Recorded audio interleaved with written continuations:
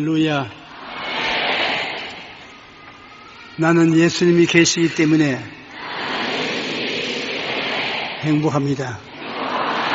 평안합니다. 희망이 있습니다. 사랑하는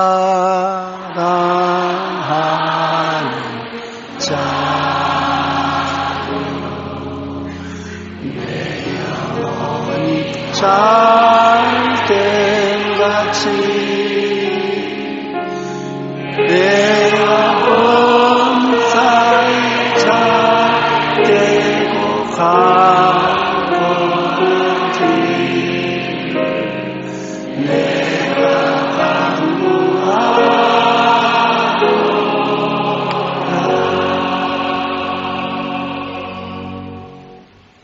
하나님이 이렇게 우리를 사랑해 주신다는 것을 생각할 때 감동되지 않을 수 없습니다. 하나님이 우리의 목자이시면 우리를 통칭해서 말씀해도 좋을 텐데 꼭 나의 목자입니다.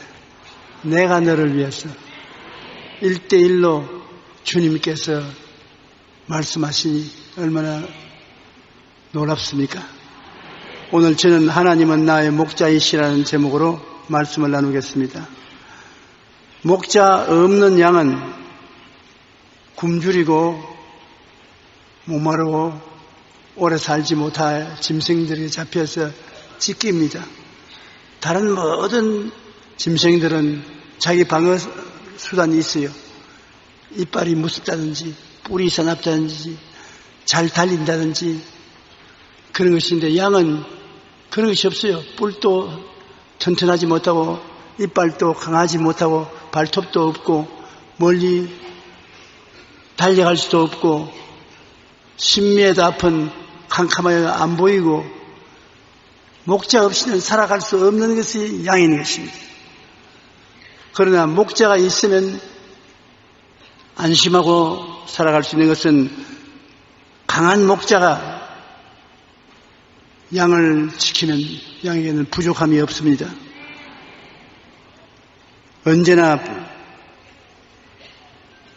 강한 목자가 지킴으로 안전하게 살고 푸른 풀밭으로 이끌어 주셔서 푸른 풀밭에서 누이신다고 말했었습니다. 양은 배가 안 부르면 절대로 안 누워요. 밤새도록 풀을 뜯습니다. 그러나 배가 불러야 눕습니다. 근데 여기에 보니까 양은 목자 인도를 쫓아서 가 푸른 초장에 누인다고 했습니다. 나는 행복하다, 만족하다. I'm happy. 그리고 쉴 만한 물가에 가서 호수에 물을 마시고 쉴 수 있는 것입니다. 부족함이 없다는 것입니다. 저는 야훼는 나의 목자시니 내게 부족함이 없으리로다는 그 구절을 참 좋아해서 어려울 때 그 구절을 늘 사용합니다. 내가 곤란한 가운데 부족함이 많이 다가오고 어려운 시련이 있을 때 주여 주님은 나의 목자시니 나는 부족함이 없습니다. 눈에는 아무 증거 안 보이고 귀에는 아무 소리 안 들리고 손에 잡히는 없어도 하나님께서 부족함이 없다고 하셨으니 나는 부족함이 없습니다. 부족한 것은 다 나하고는 상관이 없습니다. 나는 만족합니다. 그러면 내 마음이 편안해지고 하나님께서 붙들어 주신 역사를 느낄 수가 있는 것입니다. 우리가 믿는다는 것은 뭡니까? 하나님 주신 약속을 마음속에 꽉 잡고 그것을 주장하는 것이 믿는 것입니다. 아무리 역경이 다가와도 말씀대로 된다고 말씀에 매달리고 말씀을 주장하면 하나님은 그 말씀대로 이룰 수밖에 없는 것은 거짓이 없으시기 때문인 것입니다. 영혼이 생기에 충만하고 행복과 기쁨으로 충만하고 의롭게 살 수 있는 것은 하나님이 같이 계셔서 나에게 부족함이 없게 만들어 주시기 때문인 것입니다. 하나님이 붙들어 주시기 때문에 그래요. D.L. 무디 목사님이 늘 그런 말을 했었습니다. 자기 딸을 데리고 얼음 지치러 갔는데 그 딸이 아버지가 손을 잡고 걸어가던데 자꾸 너무 넘어질 것 같은데, 아니 나도 이제는 걸을 수 있어. 아빠가 손 안 잡아줘서 괜찮아. 그런 아빠가 손을 놔버리니까 얼마 안 가다가 와당탕 넘어집니다. 또 일어나서 또 걷다가 또 엉덩방아를 찍고 난 다음에 그 다음에는 아프니까 웁니다. 그 아빠가 말해요. 봐라, 아빠가 붙잡아주면 안 넘어지지만은 안 붙잡아주면 넘어지지 않느냐. 자, 손 내놓아라. 아버지 손이 소도방 같은 손이 딸의 손을 잡고서 그러는데 와장창 넘어지면 달랑 달려오고 와장창 넘어지면 달랑 달린단 말입니다. 괜찮거든. 넘어지더라도 아버지가 잡고 있으니까 아버지의 손에 달랑달랑 한단 말입니다. 우리도 한 가지인 것입니다. 우리가 하나님 앞에 서서 내 혼자 살 수 있어요. 하나님 안 도와줘도 할 수 있어요. 금방진 소리 합니다. 틀림없이 넘어지는 것입니다. 그럴 때 하나님을 의지하고 있으면 하나님이 붙잡아서 달랑 달리고 붙잡아서 달랑 달려서 아프지가 않는 것입니다. 인생을 살면은 인생에 부족함이 항상 다 오는 것입니다. 그러나 하나님이 메꾸어 주십니다. 목자가 계심으로 부족함이 없습니다. 부족함이 있는데 목자가 오니까 부족함이 없어지는 것입니다. 오늘 여러분 내가 가만히 보니까 부족함이 있는 분들이 많아요. 벌써 예배 시작 때부터 하품하는 사람이 있는데 하나님이 그것도 채워주신다고요. 하품 안 하고도 즐겁게 예배 드릴 수 있도록 채워주옵소서. 하나님 채워주세요. 사람은 너무나 자기 스스로 살아갈 수 있는 힘이 그렇게 많지 않습니다. 싸나운 짐승을 대항할 만한 힘이 없습니다. 그러나 하나님이 우리와 같이 계시면 하나님이 우리를 튼튼하게 붙잡아 주시는 것입니다. 예수님을 우리의 목자로 삼으면 모든 삶의 플러스 인생을 살 수 있는 것입니다. 플러스 인생, 삶의 환경이 다가와서 보탬이 되면 얼마나 좋습니까? 우리는 왜 플러스 인생이 될 수 있느냐? 예수님이 목자가 되어서 언제나 우리가 있으면 플러스 예수님인 것입니다. 예수님이 플러스 인생을 같이 사니까 우리는 성공적으로 인생을 살아갈 수 있어요. 빌립은 광야에 나가서도 예수님을 계산에 안 넣고 자기 혼자만 계산하니까 실패했지요. 안드레는 광야에 나갔을 때 예수님을 플러스 하니까 문제가 달라지는 것입니다. 여러분 인생을 사는데 여러분 혼자서 살려고 하지 말고 플러스 예수님과 함께 생각해보고 의논하고 기도하고 믿으면 능치 못하심이 없습니다. 볼지어다 내가 항상 너와 같이 하나니라. 두려워 말라. 내가 너와 함께함이라. 놀라지 말라. 난 내 하나님이 됩니다. 내가 너를 굳세게 하리라. 내가 너를 도와주리라. 참으로 나의 의로운 오른손으로 너를 붙들리라. 그러면 여러분 주님 나하고 함께 갑시다. 플러스로 인생을 사십시다. 그렇게 되면 주님께서 붙잡아 주셔요. 거짓이 없으신 주님이신 것입니다. 그러므로 우리가 예수님은 우리의 목자로 삼고 플러스 인생을 살게 될 때 언제나 긍정적인 생각을 할 수 있는 것입니다. 나는 못한다, 안 된다, 할 수 없다, 부족하다. 그렇게 할 수 없는 것은 플러스 인생으로 예수님이 강한 능력으로 같이 계시기 때문에 긍정적인 삶을 살 수가 있는 것입니다. 다윗이 왜 그렇게 유명하냐? 그는 7살쯤 되는 초록동이었지만은 어른들보다도 적군의 장수보다도 더 위대한 것은 예수님을 플러스로 보태어서 살았기 때문인 것입니다. 야훼는 나의 목자시니 내게 부족함이 없으리로다. 여러분의 목자뿐 아니라 나의 목자, 개적인 것입니다. 야훼는 나의 목자시니 내게 부족함이 없으리로다. 그가 나를 푸른 초장에 누이시며 쉴만한 물가로 인도하시는도다. 내 영혼을 속이는 시시고 자기 이름을 위하여 의의 길로 인도하시는도다. 늘 같이 하지 않습니까? 푸른 초장에 눕도록 풀을 뜯어먹게 해주시고 쉴만한 물가에 가서 쉬게 해주시고 마음을 소생시켜서 행복하고 만족하게 해주시고 바른 길로 이끌어 주시니 얼마나 좋습니까? 플러스 인생, 예수님만 지금 플러스 인생으로 좋은 것이 없습니다. 저는 가만히 살아온 길을 요사이 종종 생각해 봅니다. 옛날에는 죽는 데 대해서 별로 깊이 생각을 안 했는데 요사이는 사는 것보다 죽는 데 대한 생각을 많이 하게 되어요. 필연적으로 인생은 죽는데 사는 것보다 죽는 날이 같았지만인데 그래 가만히 생각하면서 어떻게 살아온가 생각하니 예수님이 플러스에서 산 그때로부터 시작해서 시험과 환난은 많이 당했지만 부족함은 없었다. 눈에 아무 증거 안 보이고 귀에는 아무 소리 안 들리고 손에 잡히는 게 없어도 예수님이 함께 계시니 플러스함을 살았다. 예수님이 없을 때는 마이너스가 많았습니다. 피투성이가 되고 고통을 당하고 절망지을 때도 많았는데 예수님이 계시고 난 다음에는 어느 곳에나 주님이 플러스 인생을 살도록 해주셨습니다. 땅이 공허하고 혼돈하며 흑암이 깊은 무에 있을 때 하나님의 영이 수면에 운행하신 것처럼 내가 공허하고 혼돈하며 흑암이 깊은 무에 내게 다가와 있을지라도 나의 가슴 위에 날개를 푸덕거리면서 나는 독수리같이 덮어주시는 이가 계시는데 예수님이신 것입니다. 종교가 아닙니다. 철학이 아닙니다. 학문이 아닙니다. 이야기가 아닌 것입니다. 실제적인 것입니다. 그러므로 우리는 만족한 인생을 살 수 있는 것입니다. 요한복음 10장 10절로 11절에서 보면 내가 온 것은 양으로 생명을 얻게 하고 더 풍성히 얻게 하려는 것이라. 예수님이 내가 온 목적이 내 양을 이끌어서 생명을 얻게 하고 풍성히 얻게 하려고 했다. 나는 선한 목자라. 선한 목자는 양들을 위하여 목숨을 버리거니와. 주님이 우리 위해서 목숨을 버릴 정도로 관심을 가지고 플러스 인생을 살도록 해주겠다고 하시는데 실제로 예수님은 우리 위해서 목숨을 버렸단 말입니다. 갈보리 십자가에 못 박혀 우리의 죄와 허물, 질병과 가난과 저주와 죽음을 대신 짊어졌습니다.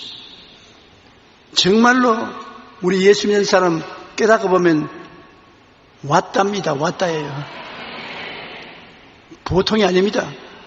예수님이 플러스 인생을 살도록 해주시니 무엇이 부족하겠습니까? 살아서 운행하고 역사하시는데 제가 언제나 서양에서 우리 교회를 연구하러 온 목사들을 만나서 이야기를 하게 되면 그 말을 합니다.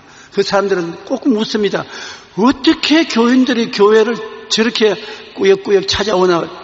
우리 미국이나 구라파에서는 안 오는데 교회에 나오는 수가 날로 줄어들고 저렇게 많은 교인이 안 나오는데 어떻게 한국은 그렇게 나오냐고. 그런데 내가 하는 말은 좀 자세히 보세요. 저 사람들이 다 교회를 찾아올 때 기쁨이 충만하고 활기차게 들어오는 것을 보면 누가 같이 오기 때문에 그렇습니다. 누가 같이 오냐? 예수님이 같이 오기 때문에 그렇습니다.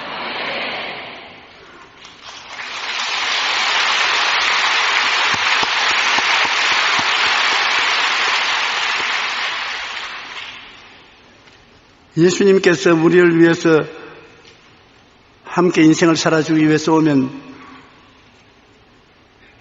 우리에게 의롭게 살 수 있는 힘을 주시는 것입니다. 우리는 죄악의 홍수에 휘몰려가는 그런 삶을 살고 있는 것입니다. 로마서 3장 24절에 보면 그리스도 예수 안에 있는 속량으로 말미암아 하나님의 은혜로 값없이 의롭다 하심을 얻은 자가 되었느니라. 어떻게 의롭게 삽니까? 죄가 만연한데. 그런데 예수님이 플러스 인생으로 모시더라면 예수님은 은혜로 공짜로 우리에게 의롭게 살 수 있는 힘을 주시고 의를 선물로 주시는 것입니다.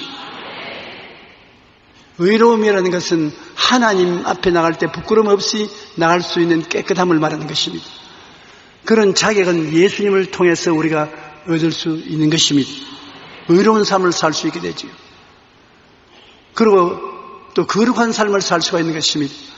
우리 힘으로 거룩한 삶을 절대 살지 못합니다. 우리는 허물이 많은 사람이라 나쁜 일 생각하고 나쁜 말하고 나쁜 일하고 나쁜 습관이 있고 이 나쁘다는 것을 제낄 수가 있는 힘이 없어요.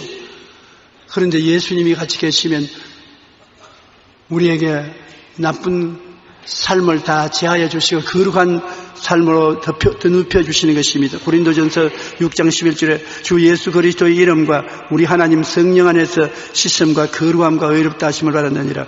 성령이 우리를 씻어주시는 것입니다. 예수님이 십자가 보혈로 우리를 용서하시고 의롭다 해주시면 그 다음에 성령이 우리를 씻어주시는 것입니다. 성령이 물로 씻어 깨끗하게 만들어주시는 것입니다. 그러고 난 다음에 의롭다함을 얻고 거룩하게 되고 난 다음에는 하나님께서 성령으로 우리를 건강하게 만들어주시는 것입니다. 마태복음 8장 17절에 우리의 연약한 것을 친히 담당하시고 병을 짊어지시도 담을 이루려 하시며 우리의 약한 것을 예수님과 성령께서 친히 담당해 주시고 그리고 우리 병을 대신 짊어져 주시는 것입니다. 한평생 병 없이 온전히 살 수 있으면 좋겠는데 그런 분들이 좀처럼 있지 않아요. 다 크고 작은 병을 앓게 돼요. 그런데 예수 믿는 사람은 주님께서 병을 대신 짊어져 주겠다. 이게 또 플러스 알파입니다. 병이 들면 예수께로 더 의지하게 되고 예수님이 오셔서 우리 병을 대신 짊어지게 되므로 안심하고 살아갈 수 있는 것입니다. 요새 암이 왜 그렇게 많은지 몰라요. 위장병인 줄 알고 조사를 가보니까 암이죠. 소변이 잘 안 나와서 가봐서 조사해보니 암이고 암이 그렇게 많습니다. 그러나 우리는 항상 암을 잡아먹는 치료가 우리 속에 있습니다. 암을 잡아먹는 평안의 치료가 우리 몸에 있는 것은 말씀이 있단 말입니다. 제가 채찍에 맞음으로 우리가 나음을 입었도다. 제가 우리 연약한 것을 친히 담당하시고 병을 짊어지셨다. 이 말만 된 것이 아니라 살아있는 하나님의 생명의 말씀인 것입니다. 성경에 하나님의 말씀은 살았고 운동력이 있어 좌우에 날쌘 금과 같아서 혼과 영과 및 관절과 골수를 짜낸다고 했는 것입니다. 우리 듣기 좋으라고 한 말 아닙니다. 실제로 그렇습니다. 그러므로 우리가 그 말씀을 외웁니다. 날카로운 칼 같은 생명의 은총이 우리 속에 있으니 암은 다 쫓겨나간다. 하나님께서 암이 들리면 그 말씀을 통해서 잘라내고 잡아먹어버리고 없애버리고 마는 것입니다. 그러므로 여러분 항상 이러한 말씀은 외워 넣으십시오. 그리고 병이 있으면 이 말씀을 대항시키면 말씀이 싸워서 이겨주는 것입니다. 그러므로 의로운 삶을 살고 거룩한 삶을 살고 건강한 삶을 살 수 있도록 플러스 인생을 살게 주님께서 도와주시는 것입니다. 그것만 하는 것은 만족하지 못하지요. 복받은 삶을 살게 해주는 것입니다. 우리는 서로 만나면 인사할 때 복을 받으라고 말하지 않습니까? God bless you. 하나님이 축복해 주시기 바랍니다. 새해 복 많이 받으십시오. 진짜로 믿고 말합니까? 안 믿고 말합니까? 믿고 말하는 사람은 진짜 가까운 사람이고 그냥 말하는 사람은 습관적으로 말하는 것입니다. 왜 습관적으로 말하냐? 할 말이 없으니까 그 말이라도 하고 헤어지는 것입니다. 그러나 우리 예수님이 우리 보고 내가 내게 복을 준다는 것은 진짜인 것입니다. 고린도후서 8장 9절 우리 다 같이 소리내어 함께 읽어보십시오. 우리 주 예수 그리스도의 은혜를 너희가 알거니와 부유하신 이로서 너희를 위하여 가난하게 되시면 그의 가난함으로 말미암아 너희를 부유하게 하려 하심이라. 이걸 보고도 주님은 우리에게 복을 안 준다고 말할 수가 있습니까? 우리가 이걸 보고도 예수 믿는 생활은 복 받는 생활이 아니라고 말할 수가 있겠습니까? 우리가 안다고 말했습니다. 하나님께서 말씀하기를 예수 그리스도의 은혜를 너희가 알고 있는 것처럼. 여러분 알고 있어요? 잘못 알고 있었지. 예수 믿는다고 뭐 부자가 되겠노? 저는 핍박 많이 받았습니다. 한국에서 예수 믿고 하나님께 복 준다는 말을 전하다가 기복신앙을 전한다고 2단 3단이라고 욕을 많이 얻어먹었는데 참말을 가르치니까 어떻게 하는 것입니까?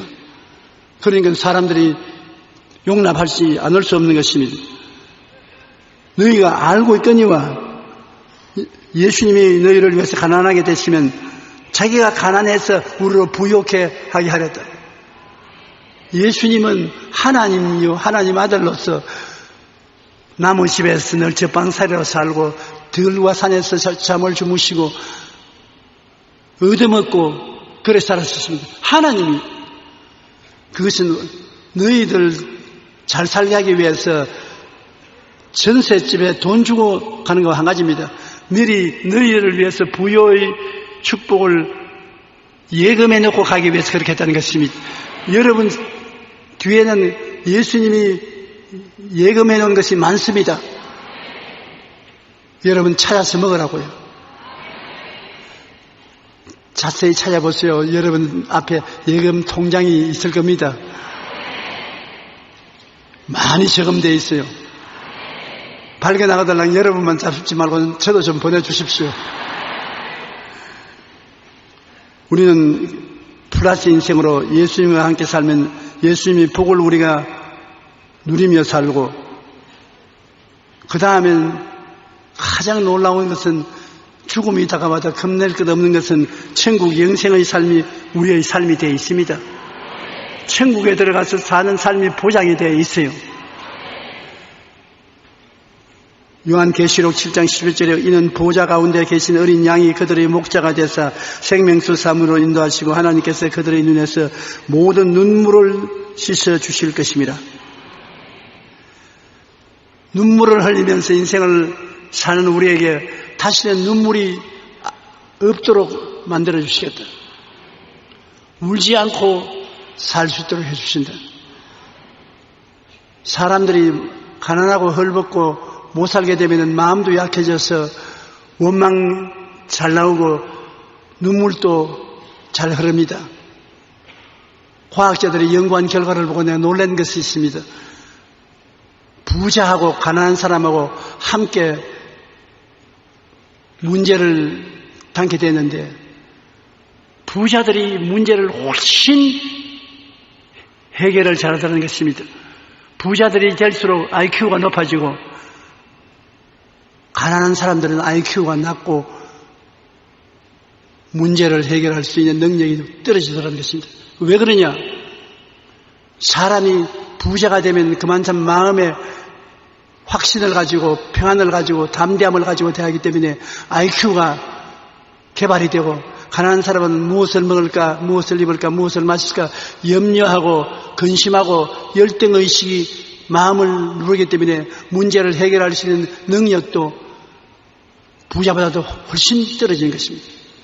원래 사람이 못나서 그런 것이 아니라 그 생활이 그들 마음의 실력을 개발할 수 있게 하고 혹은 개발할 수 없게 만들어주는 것입니다. 그러므로 여러분, 세상에 부자가 되는 것은 세상을 더 잘 살아갈 수 있는 지혜를 얻을 수가 있는 것입니다. 가난한 것을 주님께서 원하지 않습니다. 더구나 천국 영생의 삶이 우리의 삶이 되므로 죽음도 겁나지 않습니다. 사망의 엄심한 골짜기에 다닐지라도 해를 두려워하지 아니하면 주께서 나와 함께 계시미라. 주 지팡이와 막대기가 나를 안위하시다 했는데, 여러분, 사망의 엄심한 골짜기가 어디에 있습니까? 우리가 사는 이 생활이 사망의 엄심한 골짜기입니다. 사는 이 생활 자체가 천당이 아닙니다. 여러분 집이 천당인 사람 한번 손 한번 들어보십시오. 나 좀 가서 배우려고. 천당이 없지 않습니까? 모두 다 우리가 사는 자체가 적은 죽음의 골짜기에서 큰 죽음의 골짜기가 우리의 삶인 것입니다. 삶 자체가 사망의 엄심한 골짜기를 지나가는 것입니다. 그런데 마음에 담대하고 긍정적이고 적극적이고 창조적이며 평안을 가지고 살 수 있는 것은 역시 플러스 알파로 주님이 같이 계시면 것입니다. 내가 사망의 엄심한 골짜기로 다닐지라도 해를 두려워하지 않을 것은 주께서 나와 함께 하심이라. 주님이 함께 계시면 주님에서는 막대기와 지팡이가 같이 하는 것입니다. 주님은, 막대기는 뭡니까? 막대기는 짐승이 오면 치는 무기요. 지팡이는 뭐냐? 길을 찾아가는데 필요한 지팡이인 것입니다. 목자는 지팡이와 막대기를 가지고 짐승들이 오면 막대기로서 치고 보통 때는 지팡이로 가지고서 양들이 가는 길을 돌봐주는 것입니다. 여러분에게 예수님은 십자가 몽둥이와 십자가 지팡이로 함께 계신 것입니다. 짐승이 오면 마귀를 지팡이로 막대기로 치고 어려운 골짜기를 지날 때는 지팡이로 이끌어 주시는 것입니다. 주께서 사망의 엄심한 골짜기를 지날 때는 우리와 같이 계신다. 볼지어다 내가 세상 끝날까지 너와 함께 하리라. 그날에는 너가 내 안에, 내가 너 안에 있는 것을 너희가 알리라. 성경의 만큼 우리와 같이 겠다고 보장하는 가르침은 없습니다. 우리는 튼튼한 친구가 옆에 곁에 있어도 백이 있어 마음이 편안한데 주님이 우리의 백으로 플러스 알파가 되어 있으면 무엇이 두렵겠습니까? 두렵지 않습니다. 한 죽을 각오하고 맡겨보세요. 여러분 지금까지 예수 믿는다 해도 죽을 각오는 안 했지요. 그냥 주님 와서 도와주십시오. 붙들어 주십시오. 그러다가 내 보기에 별로 도움을 베풀어 주지 않는다고 생각하면 주님 안녕히 계십시오. 이번 케이스는 주님이 안 되겠습니다. 그렇게 말할 것 아닙니까? 죽을 각오하고 한번 매달려 보십시오. 주님이 여러분 버리지 않고 꼭 붙잡아 주시는 것입니다. 우리는 사망의 엄심한 골짜기를 매일매일 지나가지만 매일매일 눈에 안 보이나 내 곁에 주님이 같이 걸어가시는 것입니다. 좋을 때만 주님께서 우리와 같이 계신 것이냐, 어려울 때도 우리와 함께 계시는 것입니다.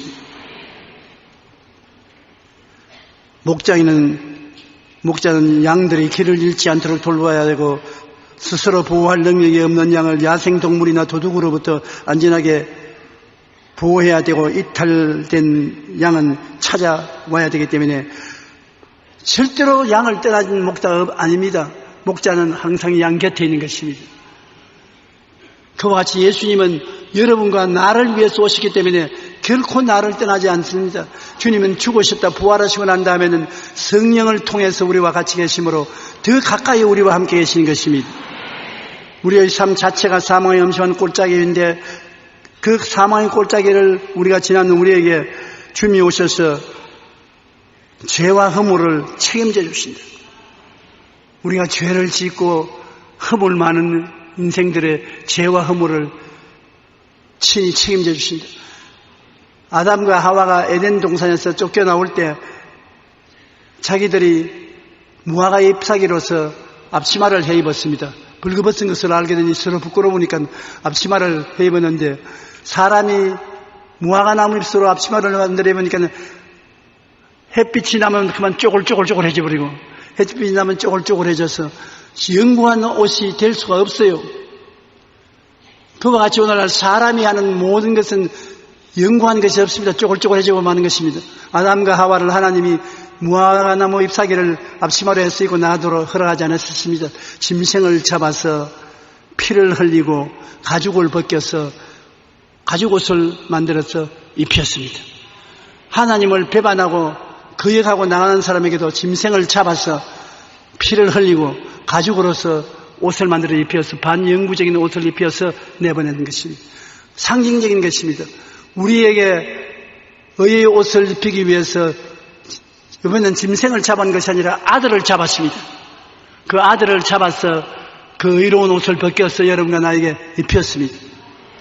그래서 우리는 예수님을 믿을 때 예수님의 의로운 옷을 받아 입고 보혈로서 씻고서 의롭게 되어서 나갈 수 있으니 주님께서 죄와 허물의 삶을 책임져 주신 것입니다.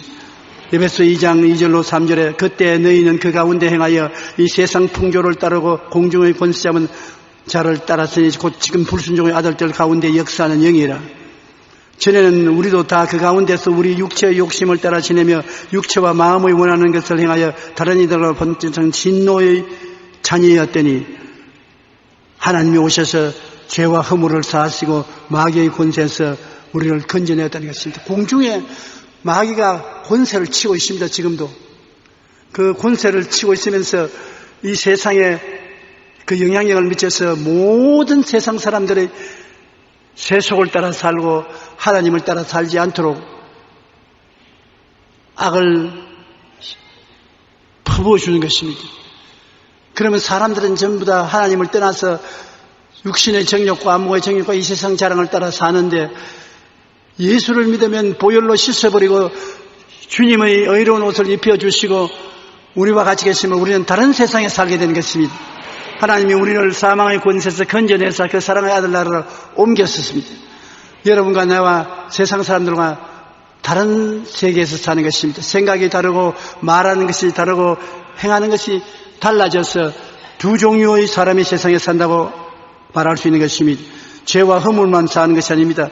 질병과 저주의 삶도 예수님은 철저히 제하여 주시는 것입니다. 아담과 하와가 저주를 받아서 쫓겨났기 때문에 저주란 무섭습니다. 아무리 일을 해도 살게 되지는 않습니다. 늘 가난하고 헐벗고 굶주리고 실패하고 낭패에 부딪히는 것입니다. 이 저주의 삶을 축복의 삶으로 변화시키기 위해서 하나님께서는 예수 그리스도를 나무에 매달렸습니다. 저주받은 자는 나무에 매달아 했습니다. 예수 그리스도께서 우리 대신하여 나무에 못 박혀서 매달려서 저주를 청산하신 것입니다. 누가복음 21장 11절에 곳곳에 큰 지진과 기근과 전염병이 말세에는 있겠다고 하는 것입니다. 그러나 질병과 저주의 삶을 주님께서 대신 살아주었기 때문에 병들어도 예수님으로 말미암아 우리는 고침을 받아 건강해질 수 있고, 저주도 자유와 해방을 얻게 되고, 영혼이 잘 되고 범사가 잘 되고 강건한 것은 저주에서 해방되었기 때문에 그런 것입니다. 여러분은 아주 트레이드 마크가 붙었습니다. 너는 내 때문에 영혼이 잘 된다. 범사가 저주에서 해방되어서 잘 된다. 강건하게 된다. 그러므로 우리가 이 세상에 살면서 흑암 가운데 살고 고난 중에 허덕이고 저주의 병이 날 때도 이 말씀 속에 써서 기록되었을 때 하나님 말씀하시기를 내 영혼이 잘 된다 하기 때문에 나는 영혼이 잘 된다. 범사에 잘 된다 그러므로 나는 범사에 잘 된다. 강건하다니까 나는 강건하다. 그 이외에 다른 하고 나는 타협하지 않는다. 나는 절대로 너를 따라가지 않는다. 여러분이 마음에 생각한 것이 이루어지는 것입니다. 마음에 영혼이 잘 되는 것으로 생각이 점령당하게 하십시오. 범사가 형통하고 잘 된다고 늘 생각을 하고 그것이 마음을 점령하게 하십시오. 언제나 나는 강건하고 건강하다는 것을 시인하십시오. 우리 예수 믿는 사람은 하늘나라 문화가 마음속에 들어와 있습니다.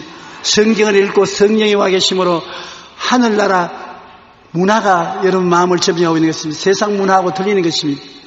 세상의 사람들은 영혼이 잘 안 됩니다. 범사가 고통스럽습니다. 여러 가지 질병에 걸려서 허덕이는 것입니다. 우리하고는 세상이 다르다는 것을 여러분 알아야 되는 것입니다.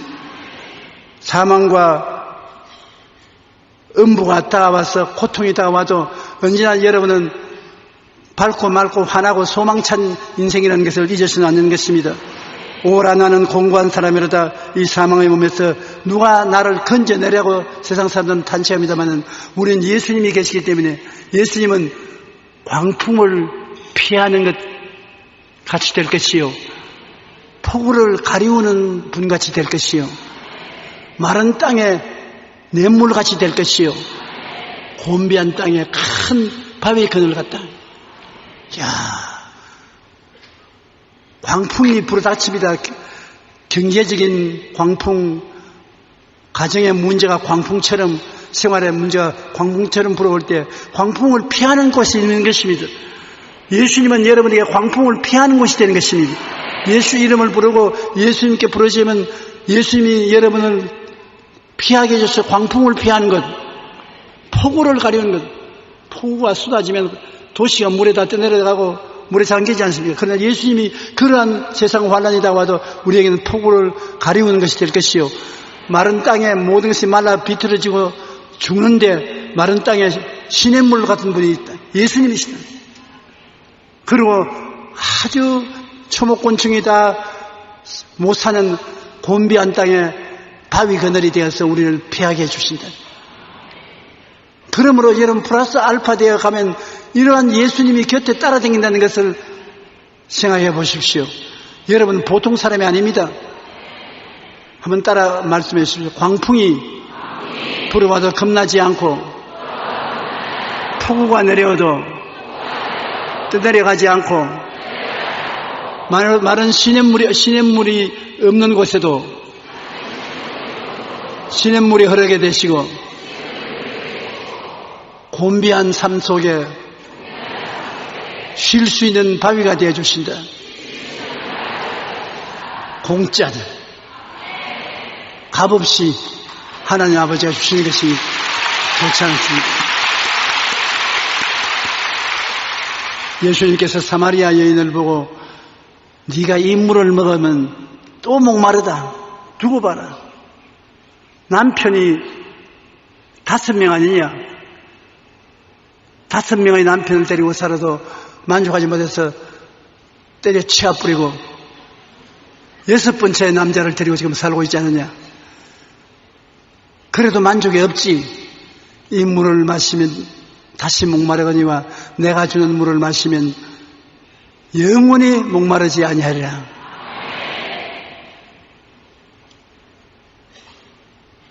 아무리 세상 것으로 바꾸어 치워도 얼마 안 있으면 실적이 나요. 변해요. 예수님은 변하지 않습니다.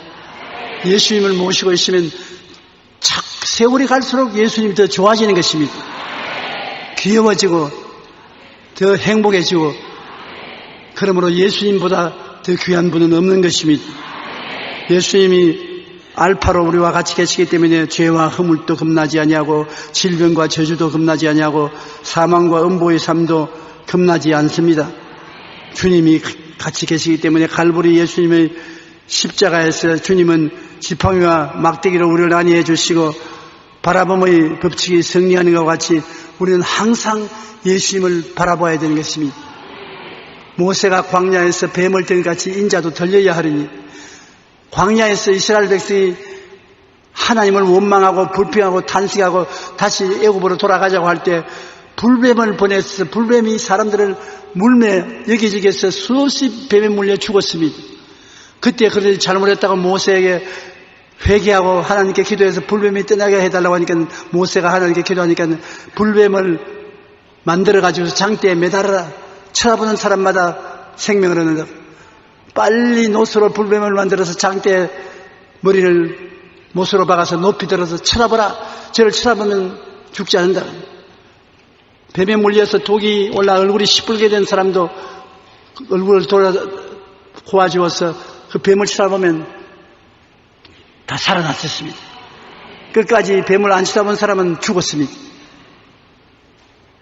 니고데모 보고 주님 하신 말씀이 그것입니다. 광야에서 이스라엘 백성이 모세가 만든 뱀을 쳐다보는 사람마다 독이 다 떠나가고 살아나는 것처럼 이 세상에서 나를 쳐다보는 사람마다 다 살아난다. 십자가에 못 박혀서 주님께서 우리를 보시고서 나를 보라. 다 이루었다. 내가 너희 죄도 다 갚아버렸다. 불의도 다 씻어버렸다. 너희 병도 내가 책임졌다. 너희 죄주도 내가 갚았다. 너희 죽음도 내가 짊어졌다. 다 이루었다. 사는 것만 남았다. 안 믿고 죽지 말고 믿고 살아라. 한번 따라 말씀해 주세요. 주여 믿습니다. 내 믿은 대로 될지어다. 그러므로 우리는 바라봄의 법칙을 통해서 바라볼 수 있으니까 어려울 때도 바라보고 슬플 때도 바라보고 외로울 때도 바라보고 고통스러울 때도 바라보고 좋을 때는 바라보고 기뻐하고 즐거워하고 슬플 때는 바라보고 위로를 받고 답답할 때는 바라보고 승리를 얻게 되시기를 주님 이름으로 축원합니다. 세상에 이런 생활이 어디 있습니까? 그런데 이런 놀라운 비결을 주님께서 우리에게 허락해 놓고 있는 것입니다. 그리고 우리가 세상에 살면 원수가 생겨나는 것입니다. 인생은 생존 경쟁으로 네가 사느냐 내가 사느냐의 투쟁 속에 살기 때문에 반드시 경쟁자가 생기고 원수가 생겨납니다. 그런데 주님께서 발상을 바꾸라는 것입니다. 생각을 바꾸라. 인간의 생각으로서는 원수가 오면 제 원수를 그냥 죽여버릴까? 제 원수 때문에 내가 통곡을 해버릴까? 어떻게 할까? 어떻게 할까요? 나를 물고 찢고 손가락질하는 원수를 어떻게 할까요? 나에게 물건 갖다 줘놓고 난 다음에 물건값 다 뽑아가 버리고 나에게 안 갚는 걸 어떻게 할까요? 우리 인간의 생각으로는 쥐어 박아버리고 고소하고 강제라도 보복을 하기를 원치 않습니까? 그런데 우리 예수 믿는 사람은 생각을 달리할 수 있도록 만들어준 것입니다. 하나님께서 원수가 오면 그것을 미끼로 삼아서 진수성찬을 차려주마. 그러면 원수는 오히려 우리에게 밥상 가지고 오는 심부름꾼에 불과한 것입니다. 원수가 오면 반사도 밥상도 차려오니와 원수가 안 오는 데는 밥상도 없습니다. 원수가 오면 그 원수가 여러분에게 고통을 갖다 준 만큼 하나님은 밥상을 찾아주는 것입니다. 손해 안 나요. 하나님을 사랑하는 자 곧 그 뜻대로 부르심을 입은 자들에게는 모든 것이 합력하여 선을 이루느니라.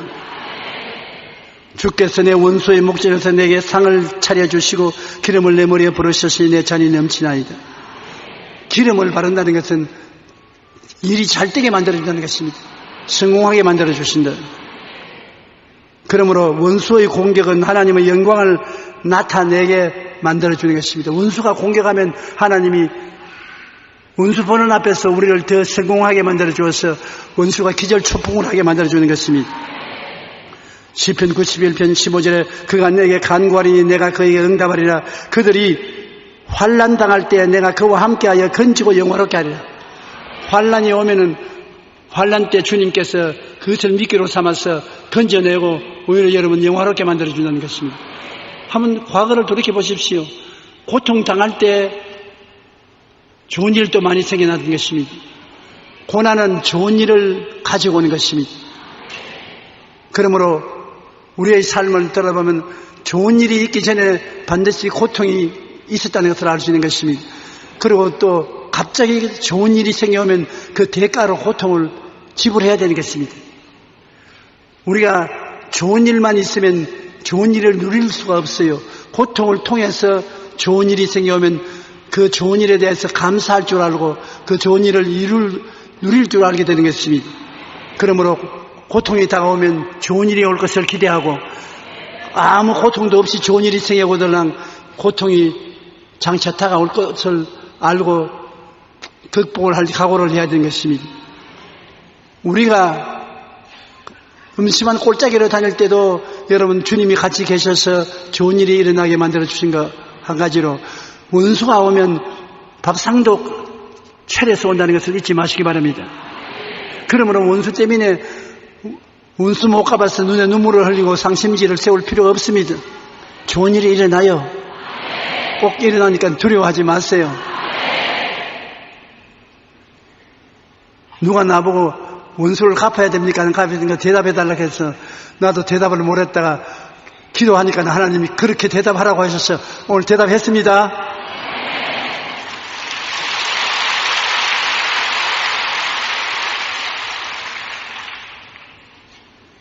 내가 환난 중에 다닐지라도 주께서 나를 살아나게 하시고 주의 손을 펴서 내 원수들의 분노를 막으시며 주의 오른손이 나를 구원하시리이다.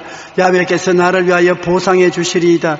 야훼여 주의 인자하심이 영원하오니 주의 손으로 지으신 것을 버리지 마옵소서. 환난 중에 원수가 우리를 죽이려고 하면 주님이 와서 살아나게 해주시고 손을 펴서 원수의 분노를 막아주시고 원수가 상처를 입히면 나를 위하여 보상해 주시고 주님께서 버리지 아니하시니 이게 예수 믿는 멋인 것입니다. 그러므로 절대로 주님하고 같이 있으면 여러분은 버림받은 인생이 되지 않습니다. 이사야 41장 10절의 말씀대로 두려워 말라 내가 너와 함께함이라 놀라지 말라 나는 네 하나님이 되리라. 내가 너를 굳세게 하리라. 참으로 너를 도와주리라. 참으로 나의 의로운 오른손으로 너를 붙들리라. 하나님은 우리를 얼마나 좋아하시는지 우리를 보고 기뻐서 고함을 친다고 말씀하셨습니다. 하나님은 없는 것이 없습니다. 온 우주 만물을 하나님은 다 지었기 때문에 없는 것이 없지만 사람은 하나님과 같이 자유를 가지고서 서로 대화하기 위해서 하나님의 형상과 모양대로 지음받았기 때문에 기계가 아니고 짐승이 아닙니다. 하나님보다 조금 못하게 만들었다 했습니다. 하나님과 같이 만들어놨습니다. 그러므로 우리와 대화하고 우리와 함께 있기를 하나님은 얼마나 즐거워하는지 모르는 것입니다. 하나님은 여러분의 아버지신 것입니다. 여러분은 하나님의 자녀들인 것입니다. 그러므로 하나님은 오늘날도 여러분이 하나님 아버지 부르시면 아바지라고 불러라. 그렇게 말합니다. 더 가차워지는 것입니다. 하나님은 여러분과 굉장히 친밀하게 하루 종일 그림자가 몸을 떠나지 않는 것처럼 같이 계시기를 원하시는 것입니다. 여러분 절대로 버림 안 받으니까 두려워하지 마시기 바랍니다.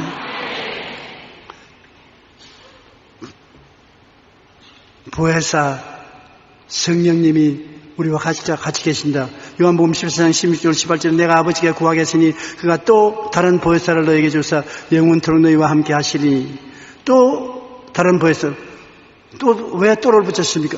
예수님이 내가 처음 보혜사고 그 다음에 성령은 또 보내시는 다른 보혜사다. 보혜사는 무엇이냐?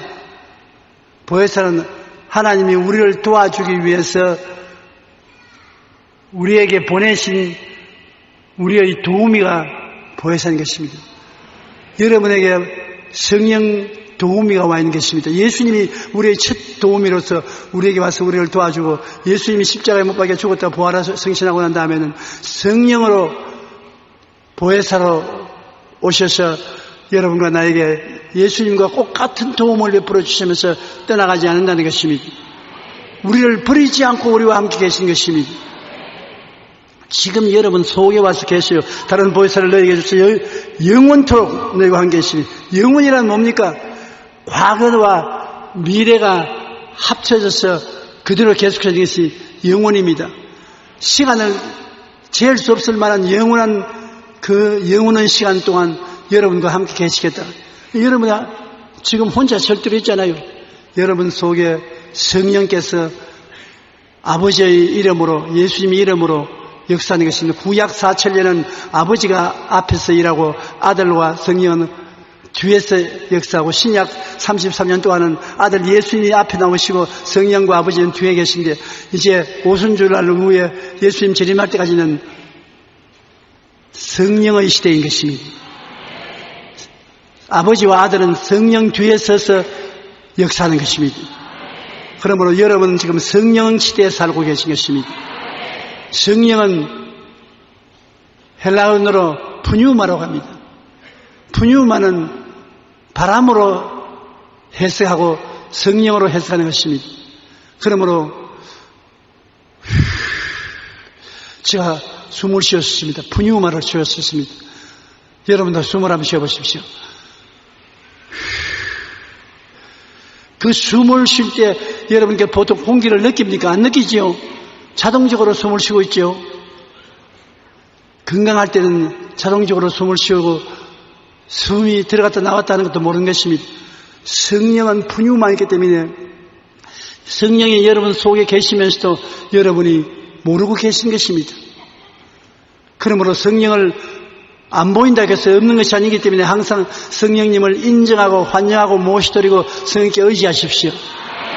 인격자이기 때문에 우리와 대화하면 대화를 해주는 것입니다. 저는 언제나 성령님 함께 갑시다. The Holy Spirit, let's go. Let's go. 함께 가십시다. 그 말 꼭 해요. 오늘 또 저 자리에서 일어나서 강단을 나올 때 Dear Holy Spirit, let's go. 함께 갑시다. 성령 도우심이 없이는 내가 어찌할 바를 모르니까요. 반드시 도와주십니다. 여러분이 도와달라면 반드시 도와주십니다. 그러므로 예수님께서 아버지께 구해서 보혜사가 오고 보혜사 뒤에를 아버지와 아들이 함께 삼위일체로 와서 우리를 도와주시는 것입니다. 여기 보십시오. 세상은 능히 그를 받지 못하느니 이는 그를 보지도 못하고 알지도 못함이라. 세상은 성령을 모시고 있지 않습니다. 그럼 누가 세상에 가시느냐? 마귀가 세상 사람들하고 같이 있는 것입니다. 우리는 성령이 함께 계시는 것입니다. 그러므로 세상 사람들은 성령을 못 받는 이유는 보지도 못하고 알지도 못하는데, 그러나 너희는 그를 아나니 그는 너희와 함께 거하시며 너희 속에 계시겠습니다. 성령님 나와 함께 계시지요. 우리 형제 자매하고도 같이 있지 않아요? 아멘. 성령은 고요하고 잠잠하게 그를 바라보면 우리 생각 속에서 말씀하시는 것입니다. 우리 생각 속에 플러스 알파로 다른 생각이 떠오릅니다. 성령이 생각을 통해서 말씀하는 것이라고요. 제가 설교할 때 더욱 느끼는 것은 한참 설교를 하는데 내가 계획도 아니하고 연구도 아닌 생각이 마음속에 숨소리처럼 싹 지나갑니다. 생각에. 아, 성령이 이 말씀을 하라고 하시는구나. 그럼 내가 그 말을 해요. 하고 나면 다시는 그 생각이 안 와요. 다른 생각이 떠올라와요. 그리고 중요한 논쟁을 할 때 성령님 나 논쟁을 하는데 도와주십시오. 그럼 논쟁을 하는데 내가 생각지 않은 얼토 없는 생각이 자꾸 떠올라와요. 그럼 그 생각을 붙잡아 내 논쟁하는데 사용하면 나중에 보면 기가 막힌 대답을 한 것을 알 수 있는 것입니다. 우리는 들리는 목소리로 말하지만 성령은 우리 생각을 통해서 말씀해 주시는 것입니다. 그러므로 평소에 기도를 많이 해놓으면 생각이 안정되고 잠잠하고 조용한 가운데 성령이 생각을 집어넣어주면 우리가 잘 알아들을 수 있는 것입니다. 한번 따라 말해 주세요. 내가 너희를 고아와 같이 버려두지 아니하고 너희에게 오리로다. 이 세상에 제일 무서운 것이 버림받는 것입니다. 외로워지는 것입니다. 오늘날 사회생활하는 사람들 중에 60이 넘은 사람들이 제일 두려워하는 것이 뭔가 물어보십시오. 외로움을 두려워하는 것입니다. 40대, 50대는 한참 사회생활을 하다가 60대가 되면 은퇴하고 나오면 이제는 지위도 없고 돈도 없습니다. 지위를 따라서 찾아오던 사람들, 돈 보고 따라오던 사람들 다 떠나갑니다. 외로워지는 것입니다. 외로워짐이 제일 무섭습니다. 고독이 제일 무서운 거예요. 그런데 성령은 고독한 사람을 고아와 같이 버려놓지 않고 예수님과 함께 오리라고 말하는 것입니다. 예수 믿는 사람은 아버지 하나님과 아들 예수와 성령 삼위일체 하나님이 여러분 외로울 때 찾아오시는 것입니다. 주님이 여러분을 버리지 않고 천당 갈 때까지 손잡고서 가주시는 것입니다. 외롭지 않고 마지막 인생을 살아갈 수 있다는 것을 알고서 두려워하지 마시기 바랍니다. 오늘 성찬하기 때문에 끝마쳐야 되겠지요. 고개 끄덕끄덕하네요. 그러면 마지막에는 선하시고 인자하신 하나님이 성령을 통해서 우리에게 나타나시는 것인데, 그건 내가 이제 짧게 하겠습니다. 성찬 떼야 되니까. 내 평생의 선하심과 인자하심이 반드시 나를 따르리니 내가 야훼의 집에 영원히 살리로다. 내가 죽어도 천당에 가서 영원히 살 것이니까 마지막 인생을 절대 긍정적인 믿음으로 살아가는 것입니다. 너는 못한다, 안 된다, 할 수 없다, 슬프다, 고통스럽다, 외롭다, 죽으면 절망이다, 그렇게 생각하지 마시고 여러분은 할 수 있다, 하면 된다, 해보자, 기쁘다, 좋다, 행복하다, 나는 천국집이 만들어져서 기다리고 있다. 우리가 알거니와 하나님을 사랑하는 자 곧 그 뜻대로 부르심을 입은 자들에게는 모든 것이 합력하여 선을 이루느니라. 자기 아들을 아끼지 아니하시고 우리 모든 사람을 위하여 내어주시니가 어찌 그 아들과 함께 모든 것을 우리에게 주지 아니하겠느냐. 우리 하나님은 영원히 우리와 같이 계신 하나님이시니 우리를 죽을 때까지 인도하여 주실 것이다. 그러므로 오늘 예수를 믿는 사람들, 인본주의자는 패망하고 말 것이지만 여러분은 하나님의 은혜가 넘치는 곳에 하나님과 함께 살게 된 것을 늘 마음에 기쁘게 생각하시기 바랍니다. 주님께서 여러분과 나를 버리지 않고 우리를 붙들어 주신 것입니다.